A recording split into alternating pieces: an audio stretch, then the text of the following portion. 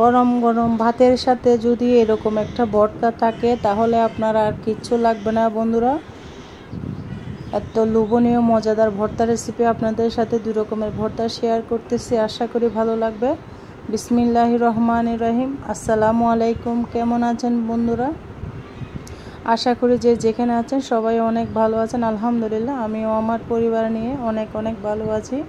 দেখুন এখানে আমি সিলেটের চাপা শুটকি নিয়ে নিয়েছি আর নিয়ে নিয়েছি কাসকি মাছের শুটকি মিক্স করে নিয়ে নিয়েছি। সিলেটের ঐতিহ্যবাহী কিন্তু চাপা শুটকিগুলো কিন্তু অনেক মজা, যা অন্য অন্য ডিস্ট্রিক্টে কক্সবাজারের শুটকি থেকেও দ্বিগুণ মজা হয়। সেই শুটকি রেসিপিটা আপনাদের সাথে ভর্তা রেসিপি শেয়ার করতে চলে আসলাম। আশা করি ভালো লাগবে। শুটকিগুলোকে ভালো মতো পরিষ্কার করে ধুয়ে নিয়েছে, অবশ্যই ভালো করে ধুয়ে নিতে হবে শুটকি।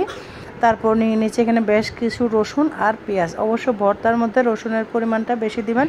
আর যারা আমার চ্যানেলে ভিডিওটা ক্লিক করেছেন অবশ্যই লাইক দিয়ে আমার সাথে থাকবেন। আর আমার চ্যানেলে যদি নতুন বন্ধু হয়ে থাকেন অবশ্যই চ্যানেলটিকে সাবস্ক্রাইব করে রাখবেন, বেল আইকনটি অন করে দিবেন যেন আমি ভিডিও দেওয়ার সাথে সাথে নোটিফিকেশানটা আপনাদের মাঝে পৌঁছে যায়। পেঁয়াজগুলোকে ভেজে নিচ্ছে, এগুলো আলু ভর্তার জন্য আমার ননদে ভর্তা বানাচ্ছে, আমি ভিডিও করে নিচ্ছি। আমার ছোটো ননদে ভর্তা করতেছে, আমি ভাবলাম তাই আপনাদের সাথে, উনি সিলেটে থাকে, সিলেটের ঐতিহ্যবাহী চাপা শুটকির ভর্তা আপনাদের সাথে শেয়ার করব। আশা করি অনেক অনেক ভালো লাগবে। দেখুন পেঁয়াজটাকে সুন্দর করে লাল করে নিয়েছে। আমার ননদের গাছের ধনেপাতা আর তানকুনি পাতা নিয়ে আসছে, সেগুলো দিয়ে আলু ভর্তা বানাবে, সেই রেসিপিটা আপনাদের সাথে শেয়ার করব। এখানে নিয়ে নিয়েছি চাপা শুটকি আর কাসকি শুটকিগুলোকে আমার ননদের সুন্দর করে ধুয়ে নিয়েছে। এই পর্যায়ে চুলার মধ্যে হালকা করে টেলে নিচ্ছে, হালকা করে তেল দিয়ে চাপা শুটকিগুলোকে টেলে নিচ্ছে।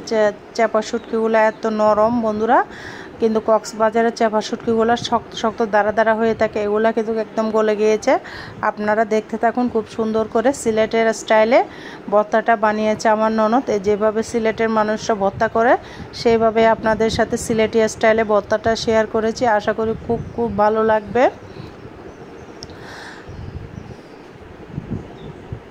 শুটকিগুলোকে ভালো মতো টেলে নিয়েছি, ভালো মতো টেলে দেখুন একদম যে সিলেটের একটা বিখ্যাত শুটকি, কী জন্য এটাকে বলা হয়েছে দেখুন, কক্সবাজার শুটকিগুলো কিন্তু দাঁড়া দাঁড়া হয়ে থাকে, গলে না। সিলেটের চাপা শুটকিগুলো কিন্তু একদম গলে গিয়েছে, আর এগুলোতে লবণ দিয়ে রাখে, কোনো মেডিসিন দেয় না, একদম অথেন্টিকভাবে পারফেক্ট এই শুটকিটা। আপনারা এইভাবে বানিয়ে ফেলবেন, খুব খুব মজা হয়, লোভনীয় ভর্তা। আমরা তো অনেক মজা করে খেয়েছি, দারুণ হয়েছে, তাই ভিডিওটা আপনাদের সাথে শেয়ার করেছি।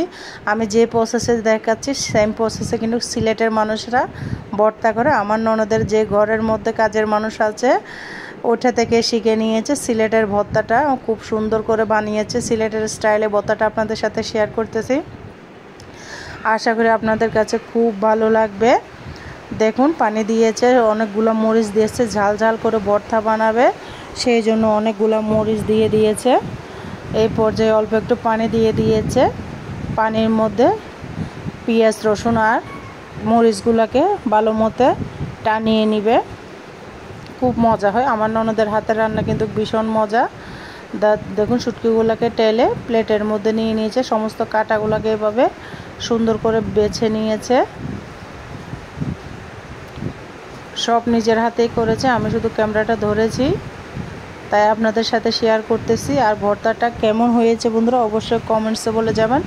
আর ভিডিও দেখতে দেখতে যারা আমার প্রিয় আপুরা ভাইয়ারা এখনও পর্যন্ত একটা লাইক দিতে ভুলে গিয়েছেন, অবশ্যই একটা লাইক দিয়ে আমার সামনের দিকে এগিয়ে যাওয়ার পথটাকে সহজ করে দেওয়ার অনুরোধ রইল বন্ধুরা।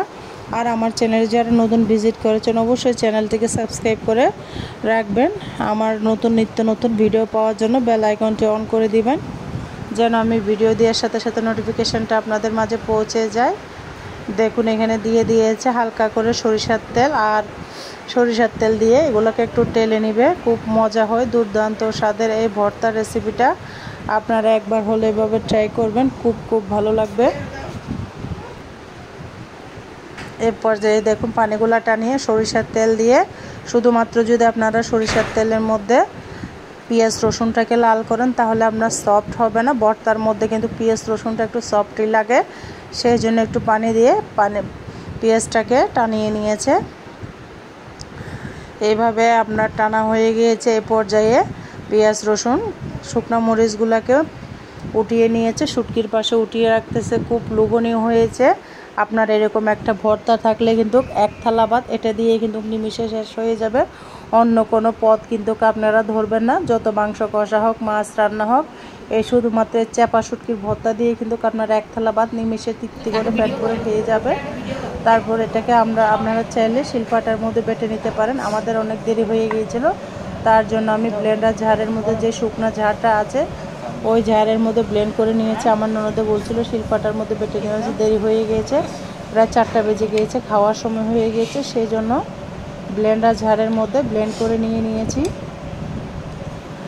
এখানে উনার গাছের তানকুনি পাতা আর ধনে পাতা দিয়েছে, ছাদ বাগানে নিয়ে আসছে সিলেট থেকে, সেগুলো দিয়েও দিয়েছে একটু ফ্লেভার আসার জন্য।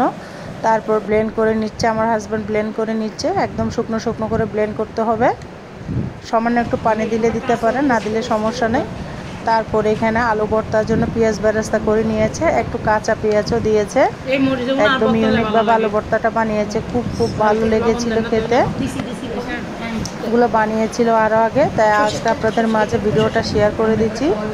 তারপর এখানে দেখুন গম্বুজ মার্কা তেল নিয়ে নিয়েছে। অবশ্যই তেল ভালো কোয়ালিটির নেবেন, তাহলে কিন্তু ভালো একটা ফ্লেভার পাবেন। আলুটাকে আগে থেকে সিদ্ধ করে মেশ করে রেখেছে, সব নিজের হাতেই করেছে। ভর্তাটা খুব মজা হয়েছে, মানে ভর্তা নিয়ে রান্না নিয়ে সব কিন্তু আমার ননদের রান্না করেছে সেদিন। আরও অনেক আইটেম ছিল, শুধু ভর্তাটা আপনাদের সাথে শেয়ার করলাম। আমার ননদরা আসলে কিন্তু ভর্তাটা খাওয়া পরে, না হলে আমি অতটা ভর্তা পছন্দ করি না, ভর্তাটা কমই বানানোর পরে। দেখুন সুন্দর করে বানিয়ে নিয়েছে, খুব সুন্দর হয়েছে। আর বন্ধুরা কেমন হয়েছে আমার 2 রকমের ভর্তার রেসিপি অবশ্যই সুন্দর একটা ছোট্ট কমেন্টসে বলে যাবেন।